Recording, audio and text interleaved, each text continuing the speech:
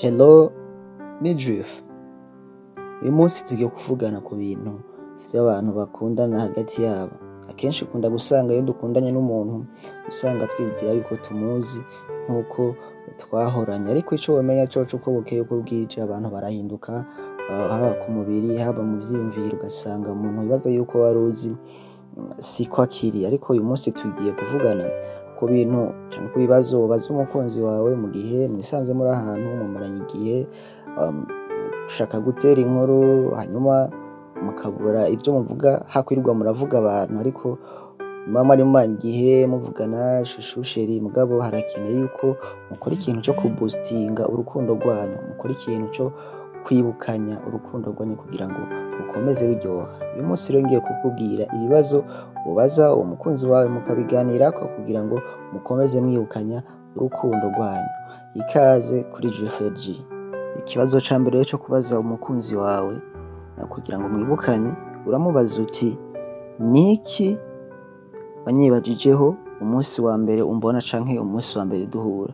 Wanyibajijeho gute? Iki kibazo kizotuma mugira ikiganiro kiryoshe, ikiganiro kibibutsa ibihe vyiza mwagiranye, akubwira ingene vyagenze, akubwira ingene yiyumvira igihe mwahura ubwa mbere, usange bitumye umumenya ukundi gushasha uko utari umuzi. Rimwe usanga ari n'akantu yari yaranyegeje atakubwiye kiriya gihe, usange uwo munsi arakakubwiye kandi gatume mukomeza urukundo rwanyu mugubaka neza.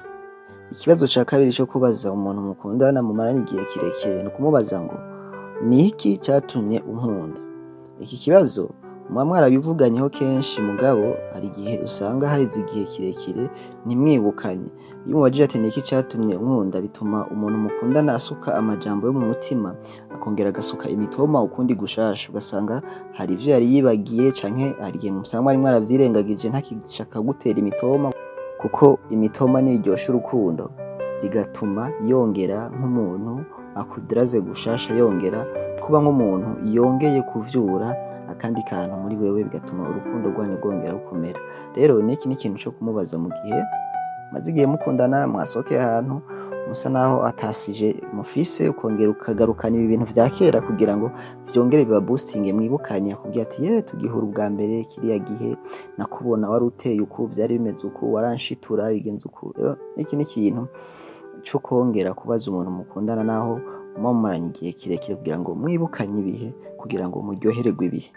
Ikibazo ca gatatu ukwiye kumubaza, uramubaza uti niki ubona umubano wacu tutarakora kandi cari kuba gikenewe kandi cari kuba ari ngirakamaro hagati yacu?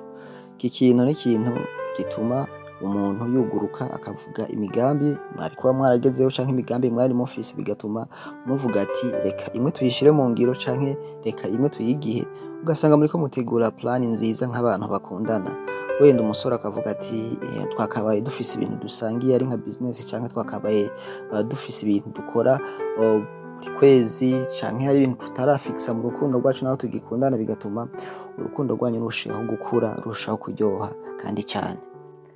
Ikibazo ca kane ukwiye kubaza umukunzi wawe, uramubaza uti usubije amaso inyuma niki cibutso ufise mu mutima wawe cerekeye urukundo rwacu? Ibi bizotuma wumva ko umuntu mukundana afise amasouvenir menshi, wumva ko umuntu mukundana hari ibintu wakoze nawe utari uzi yuko vyomukoraho, canke utazi yuko yobibika mu mutima, bitume wumva yuko umenga ari ikintu nawe wakoze, hari ico wakontribuye canke ico washize mu buzima bwiwe gituma abaho anezerewe, kandi nawe bizotuma nawe unezerwa wumva yuko hari ivy'agaciro wakoze utari uzi.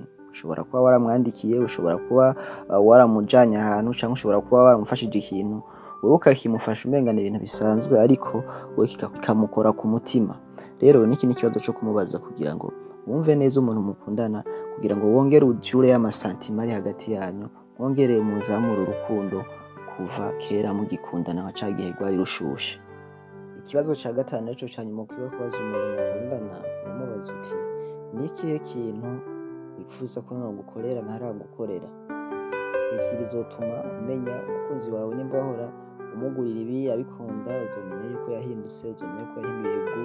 Bizoba n'akaryo keza ko gutahurana canke akaryo keza ko kumenyana aho mugeze, kubera yuko umuntu ashobora gukundana mugakundana akunda ibi hanyuma bigahinduka, mugabo kubera mwakundanye arivyo ubona akunda ukaguma ubimuha ntumenye yuko yamaze guhindura ivyo akunda kubera yuko umuntu arahinduka uko agenda arakura. Rero n'iki n'ikibazo co kubaza umuntu mukundana kugira ngo umumenye, umenye naho mugeze, umenye n'ico akunda mw'ino minsi kugira ngo ushobore kubandanya uryosha urukundo. Wakoze kumviriza iki kiganiro jewe wumva ni Roy Juice kuri Juice. Nimba wemeranya nanje ugende ukore like, usigire n'agakomantere. Murakoze cane.